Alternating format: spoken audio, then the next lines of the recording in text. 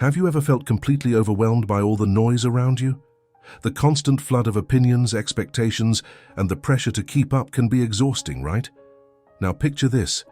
Over 2,000 years ago, ancient Stoic philosophers were grappling with the same emotions, struggles, and questions about who we are and what our purpose is, just like we do today. It's pretty fascinating, isn't it?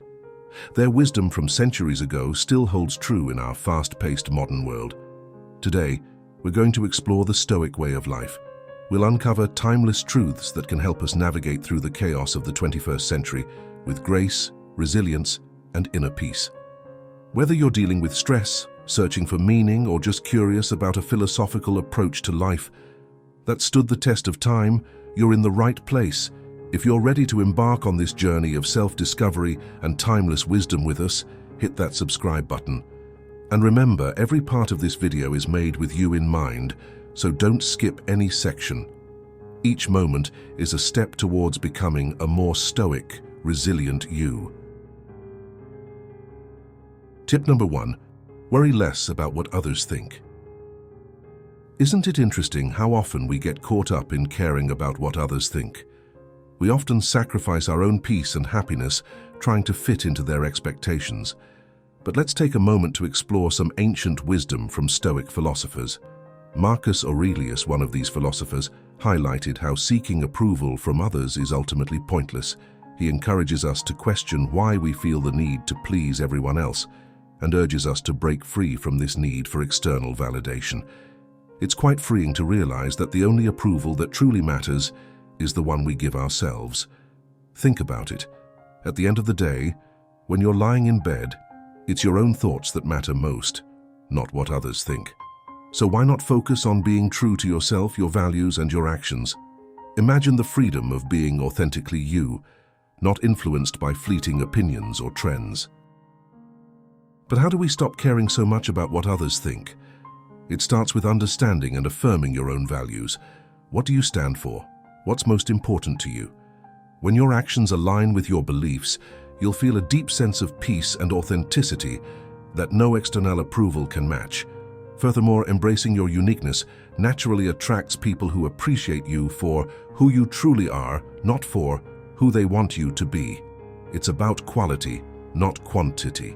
Having a few meaningful relationships based on mutual respect and understanding is far more fulfilling than seeking approval from the masses. Tip number 2, try not to take things to heart. We've all experienced that sharp sting when someone's words or actions feel like a personal attack. Seneca, with his deep understanding of human nature, reminds us to look beneath the surface.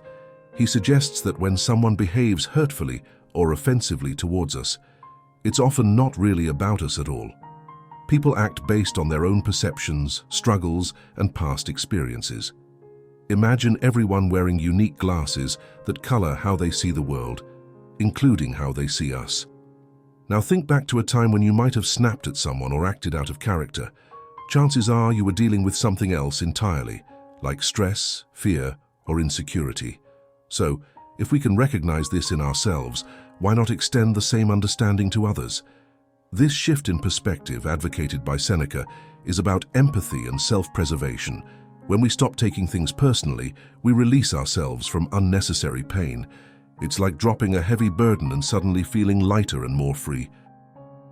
But how do we actually stop taking things personally, especially when our emotions are running high? It starts with a pause. When you feel hurt or angry, take a moment to breathe and remind yourself that it might not be about you at all. This simple pause can prevent a reactive spiral and give you space to respond more thoughtfully. It's also about building resilience and understanding. The more we remind ourselves that we don't know the full picture of what someone else is going through, the less likely we are to be wounded by their actions or words. And when we do get hurt, we can see it as an opportunity to practice our Stoic principles.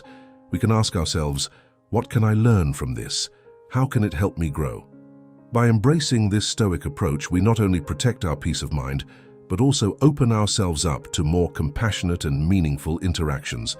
We become less reactive, more understanding, and in a way, more connected to the humanity in everyone we meet. Tip number 3, Ignore negativity. Everywhere we look, on social media, in the news, even in our daily interactions, it seems like there's a flood of negativity, criticism, and haters. It can be draining, but here's the thing: they don't have to control your happiness. Marcus Aurelius often talked about maintaining inner peace despite external chaos. He described it as having an inner citadel, a fortress within ourselves that external negativity can't breach unless we let it. This idea is powerful because it means you have the ability to create and maintain a peaceful space within yourself, no matter what's happening around you.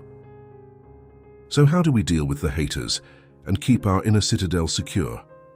Firstly, it's about recognizing what we can and can't control. We can't control what others say or do, the harsh comments they leave, or the rumors they spread. But we can control our response. We can choose not to engage, not to let their negativity get to us, and not to disrupt our peace. Another Stoic strategy is to consider the intention behind the negativity. Often, people who lash out are struggling with their own issues or insecurities. Understanding this doesn't excuse their behavior, but it can help us respond with compassion instead of defensiveness or anger. It helps us see their negativity as their burden, not ours. Tip number 4. Embrace love through actions. Midst the chaos of our daily lives, it's easy to get lost in the small stuff, endless to-do lists, and the constant pursuit of our personal goals.